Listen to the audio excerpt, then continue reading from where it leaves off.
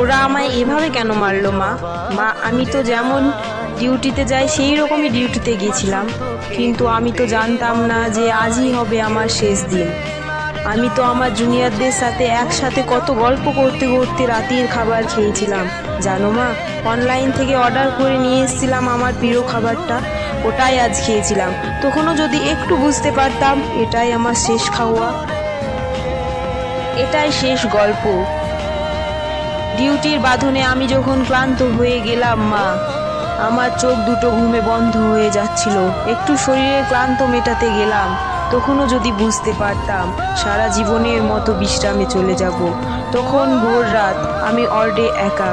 তখন ভোরে শীতল বাতাসে আমার একটু ঠান্ডা লাগতেই আমি লাল চাদরটা ঢাকা দিয়ে একটু চোখ বন্ধ করেছিলাম শুধু। সেই সময়ের অপেক্ষায় থাকা ওরা আমার সাথে, ছি।